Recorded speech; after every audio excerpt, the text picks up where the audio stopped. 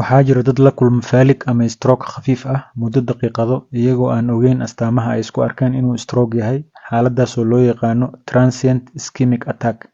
Sidaa darteed, haddii aad qabtid dhiig kar, macaan, kolestarool, wadne xanuun, dhiigga cas uu kugu badan yahay, ama qaadatid daawooyinka uurka looga hortago, ama sigaar ama balwad kale leedahay, ama aad u cayilan tahay, iskuna aragtid astaamahan soo socda muddo daqiiqado ilaa hal saac inta u dhaxaysa, ogow inaad stroke khafiif ah dareentay una baahan tahay inaad si degdeg ah dhakhtar u tagtid si laguu siiyo daawooyinka stroke looga hortago.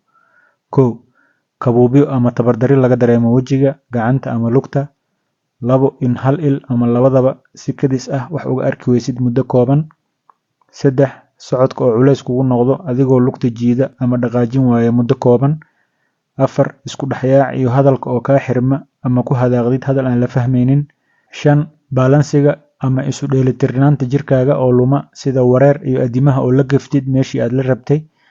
Markaan wareysanayo bukaanada qaar ee isbitaalka la keeno iyagoo faalig ku dhuftay, waxay sheegaan in astaamahan kore uu bukaanka isku arkay maalmo ama isbuucyo ka hor, kadibna iska fiicnaaday, taasoo aysan u arkaynin markaas inuu hordhac u yahay faalig ama dhib keeni karo.